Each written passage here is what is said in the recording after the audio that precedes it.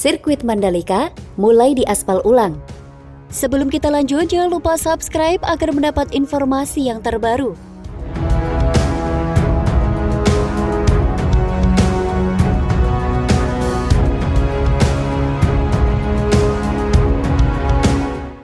Sepanjang 1,6 km trek sirkuit Mandalika yang akan digunakan untuk MotoGP 2022 mulai diaspal ulang pada Sabtu 5 Maret siang pukul 14 WITA. Pengaspalan ini dimulai dari tikungan 16,5 atau tikungan 16 menuju tikungan 17. Pengaspalan ulang ini ditargetkan Mandalika Grand Prix Association rampung sebelum 10 Maret.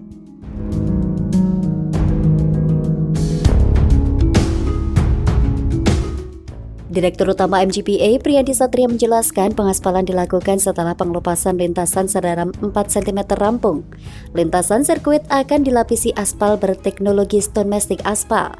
Sebelumnya sudah dilakukan simulasi atau uji coba kimia, pengikat dicampur dengan aspal dan kerikil. Kami menargetkan pengaspalan selesai 10 Maret dan berupaya bisa merampungkan dengan sempurna, kata Priyanti dalam rilis MGPA pada Sabtu 5 Maret. Sementara Track and Race Control Supervisor MGPA Awal Lutfi Andika mengatakan pengaspalan ulang sirkuit Mandalika dimulai dari tikungan 17 sampai tikungan 5. Ini sesuai dengan permintaan sesuai Dorna dan FIM yang disampaikan ke MGPA. Adapun proses pengaspalan ulang ini dibagi dalam 5 segmen.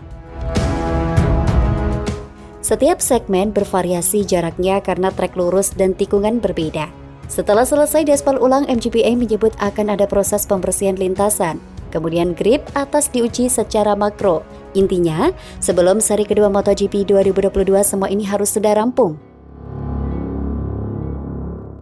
Lintasan akan dibersihkan dengan track jet dan sweeper. Grip test juga akan dilakukan secara makro untuk tekstur dan kepadatan aspalnya yang melibatkan RMI, R3, dan desainer sirkuit MRK1, tulis MGPA. Pemerintah Provinsi Nusa Tenggara Barat menegaskan tidak mewajibkan ASN lingkup provinsi untuk membeli tiket MotoGP Mandalika.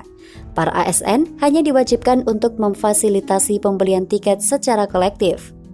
Kewajiban tersebut berdasarkan Surat Edaran Nomor 5/SAG/UM/2022 menyatakan seluruh kepala perangkat daerah diminta agar dapat memfasilitasi pembelian tiket MotoGP kepada seluruh ASN atau karyawan pada lingkup perangkat daerah masing-masing.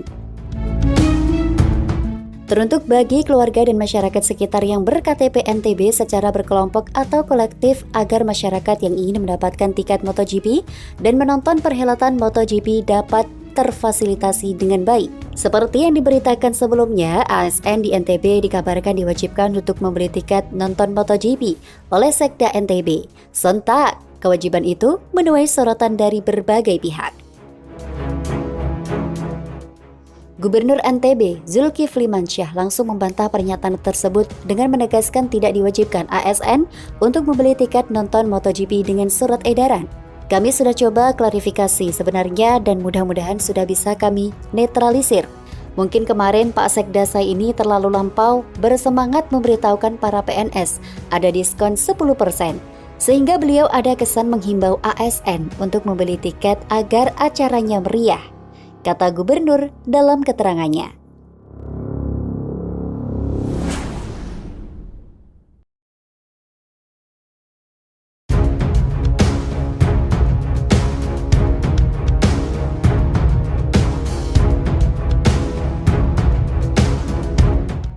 Untung berlipat warga di sekitar sirkuit Mandalika sewakan rumah hingga 1 juta per hari.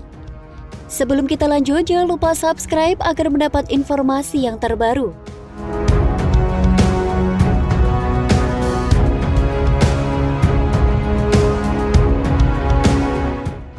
Event MotoGP membuat banyak wisatawan mencari penginapan di sekitar sirkuit Pertamina Mandalika. Hal ini menjadi berkah tersendiri bagi warga yang berada di sekitar sirkuit internasional tersebut. Kini, tarif sewa rumah warga di sekitar ekonomi khusus pada ajang MotoGP di Lombok Tengah, Nusa Tenggara Barat itu mencapai 3 juta rupiah sampai 6 juta selama sepekan atau 1 bulan. Rumah saya disewa 3 juta sebulan, kata Ibu Tobar, salah satu warga desa Kuta, Kecamatan Pujudi Praya. Ia mengatakan, rumah yang disewakan tersebut memang sengaja dibangun untuk dijadikan tempat alternatif penginapan bagi para penonton maupun para pekerja yang ada di KEK Mandalika. Kalau tidak ada MotoGP, disewa 1 juta sebulan, katanya. Syawaludin, salah satu warga sekitar, juga mengatakan bahwa rumah di sekitar kota banyak yang disewa oleh para pekerja di KEK Mandalika, seperti rumahnya yang saat ini telah disewa oleh para pekerja pembangunan sirkuit Mandalika.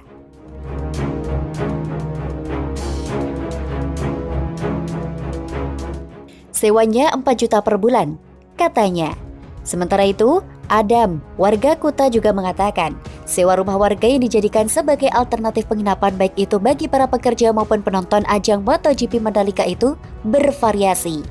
Maka tergantung dari fasilitas dan jumlah tempat tidur yang ada. Seperti halnya salah satu rumah keluarga yang memiliki 3 kamar tidur disewa dengan harga 6 juta rupiah. Harga sewa rumah warga itu bervariasi tergantung kondisi rumah dan fasilitas yang ada. Kalau fasilitas seperti hotel bisa sampai 10 juta selama sepekan pada ajang MotoGP Mandalika. Tapi ada juga yang 1 juta semalam, katanya.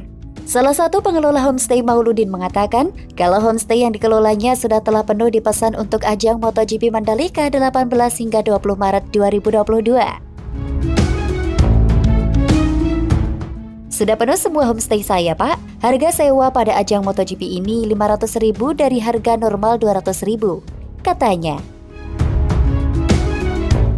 Sebelumnya, pemerintah Lombok Tengah, Nusa Tenggara Barat menyatakan bahwa akomodasi penginapan di lingkar sirkuit Mandalika telah penuh dipesan, sehingga para penonton MotoGP mulai menyewa rumah warga dijadikan tempat penginapan.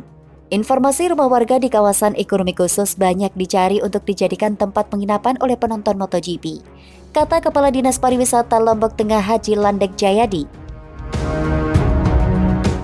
Rumah warga yang disewa tersebut tentunya rumah yang layak huni atau memiliki sarana dan prasarana seperti penginapan homestay. Para penonton menyewa rumah karena semua hotel di KEK Mandalika telah penuh. Hotel dan homestay di KEK Mandalika telah penuh.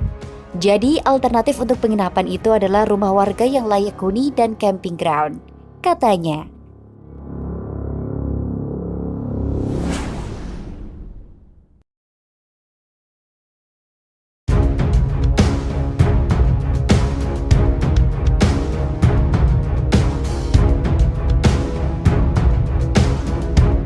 Aspal ulang Mandalika dibagi jadi 2 segmen.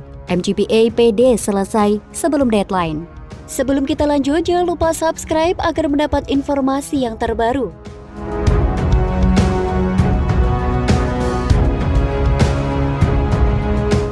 Direktur Utama Mandalika Grand Prix Association Priyandi Satria menyatakan proses pengaspalan ulang di sirkuit Mandalika Lombok menjelang MotoGP Indonesia 18 hingga 20 Maret 2022 terbagi menjadi 2 segmen dan diharapkan bisa selesai bahkan sebelum target waktu yang ditentukan yakni 10 Maret 2022. Pada 15 Februari lalu, Indonesia Tourism Development Corporation (MGPA) mencapai kesepakatan dengan FIM dan Dornasport untuk mengaspal ulang tikungan 17 sampai tikungan 5 dengan standar yang sudah ditentukan.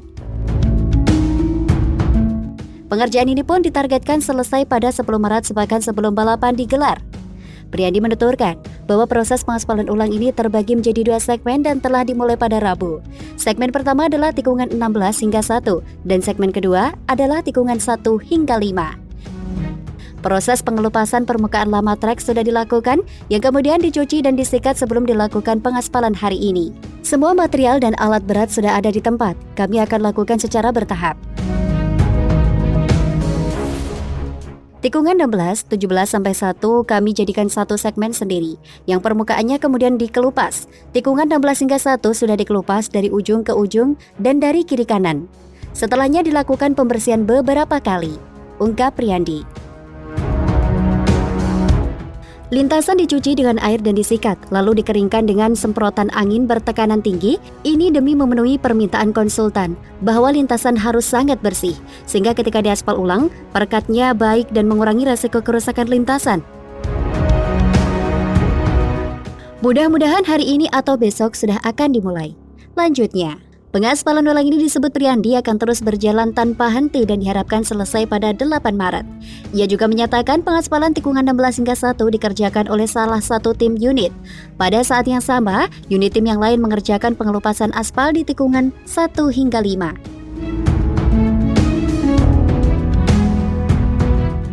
Semalam telah dilakukan simulasi pencampuran aspal, batu-batuan, dan berbagai agregat untuk menentukan perumusan metode pengaspalan apa yang akan dipakai.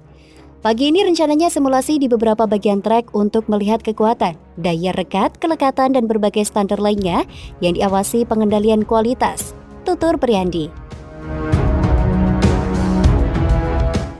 Ia juga menyatakan proses pengecatan area lain di trek sudah dilakukan. Teman-teman di lapangan sangat yakin progres ini bisa selesai sebelum 10 Maret.